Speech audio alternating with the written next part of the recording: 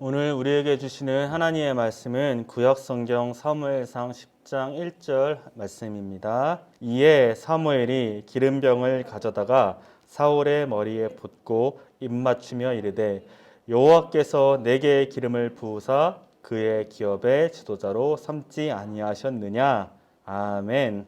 사무엘은 사울과 함께 하룻밤을 그 집에서 보내게 되죠. 그리고 다음날 동토 무렵 사울은 자신의 집으로 돌아가게 되었습니다. 그래서 사무엘이 사울을 입구까지 이제 발에다 주는 거죠. 세 사람이 길을 걸어갑니다. 근데 갑자기 사무엘이 그 종에게 좀 먼저 앞서 가십시오라고 하는 겁니다. 이렇게 사무엘이 사울과 단둘이 있는 가운데 갑자기 그의 머리에 기름을 붓는 것이죠.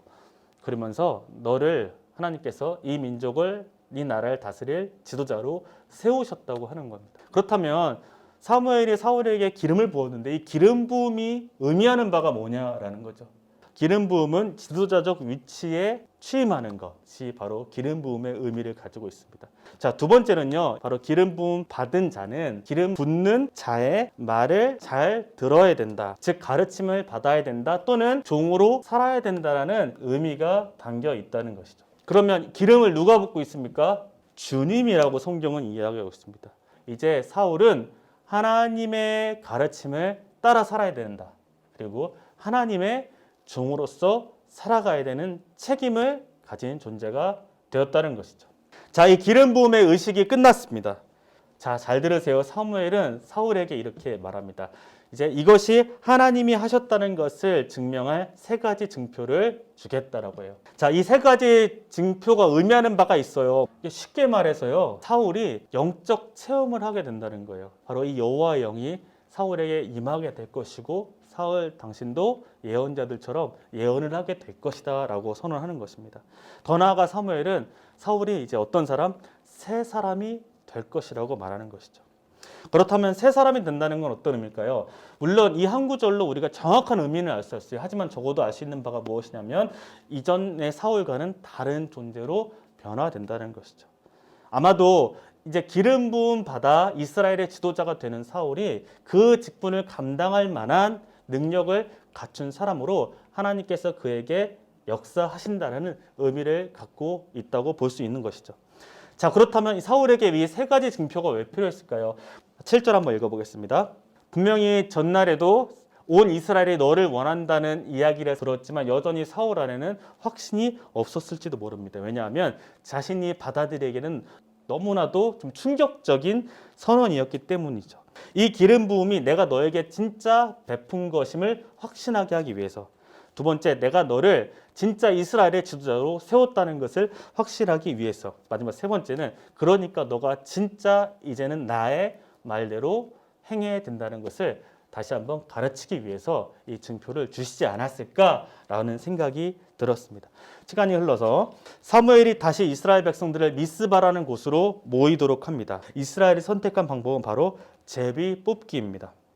사람들은 아마도 누가 왕이 됐을지, 뽑힌 사울이 누군지 엄청 궁금했을 거예요. 반전이 일어나는 거죠. 뭐냐면 사울이 안 보이는 거예요. 사울이 온데간데 사라져 버린 거예요. 사람들은 짐짝 사이에 있던 사울을 데리고 옵니다.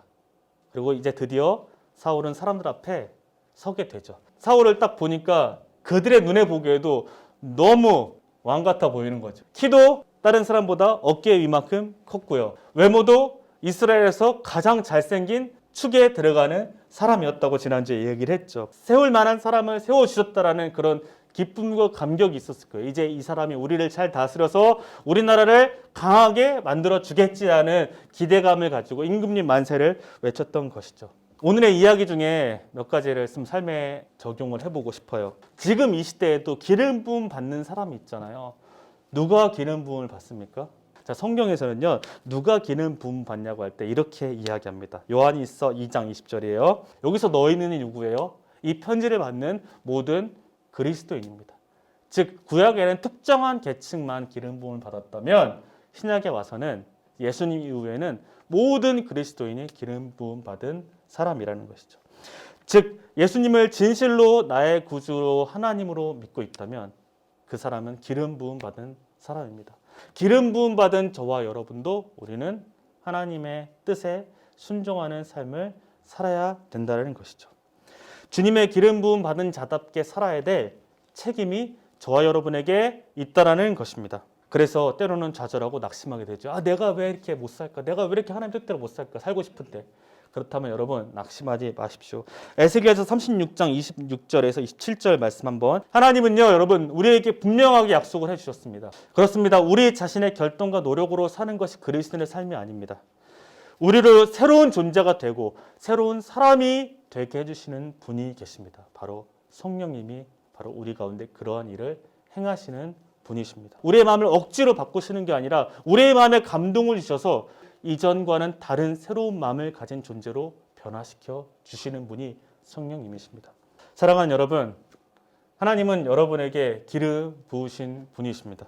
바로 성령님을 통해 새로운 영을 부어주시고 새로운 마음을 주셔서 새로운 사람이 되게 하셔서 그 부르심대로 살아갈 수 있는 능력을 저 여러분에게 주실 것입니다. 기대하셨으면 좋겠습니다. 그리고 기도하십시오. 그 놀라운 체험들을 여러분이 아마 하게 될 것입니다. 기도하겠습니다.